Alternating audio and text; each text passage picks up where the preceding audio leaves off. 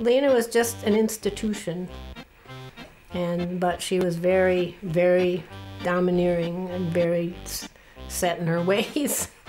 She was inspiring in her commitment to music and to art. She was one of a kind. People were willing to do things for Lena that they probably wouldn't do for anyone else. She was all about making this place work. She's a very bright woman, kind of a sharp mind, more than a little full of herself. You know, she loved her notoriety. Oh, I think it's great. I think it's great to be called a legend in your own time, and I guess perhaps in a sense I might be. She proudly wears the cloak of Buxer's mother. There's no other like Lena in all the land. And Lena really is grand. Folks from Boston to Galena, they all love the Cafe Lena. Down on Saratoga way, da-da-da-da-da-da. A few years after I started working here, I came across a document that was Lena's first and final attempt at writing an autobiography.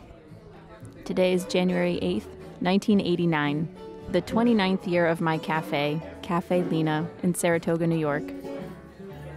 It is reportedly the oldest continuously running coffee house in America. And since that claim has never been challenged, we'll go along with that claim for the time being. It was a wonderful piece, and in it there was a line that jumped out at me that said, don't do it like you're in it to make money, do it like you're in it to serve, just do it with a whole lot of love. Good evening, and welcome to Cafe Lena. Another Thursday night, open mic nights. Back in the 60s, they were better known as footmen.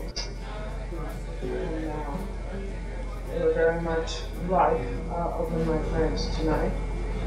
We invite a lot of people to come and do what they want to do. Within reason, of course.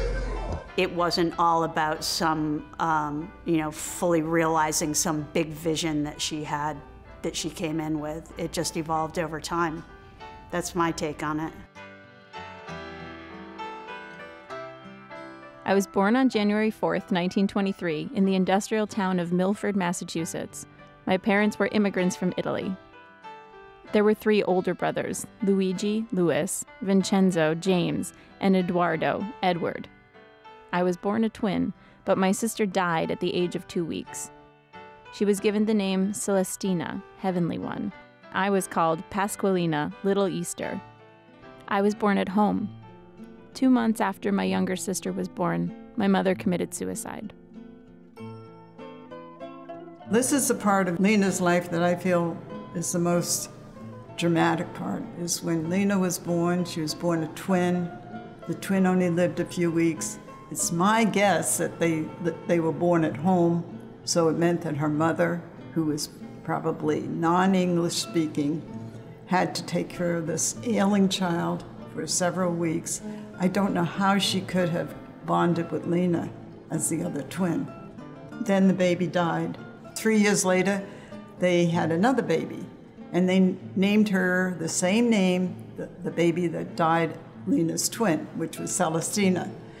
And that's when Lena's mother committed suicide, after the birth of the second Celestina.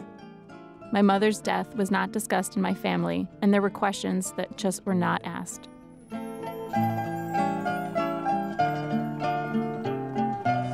The songs you're going to hear are songs that I wrote when I was a starry-eyed songwriter, hoping that I was going to become the female Irving Berlin.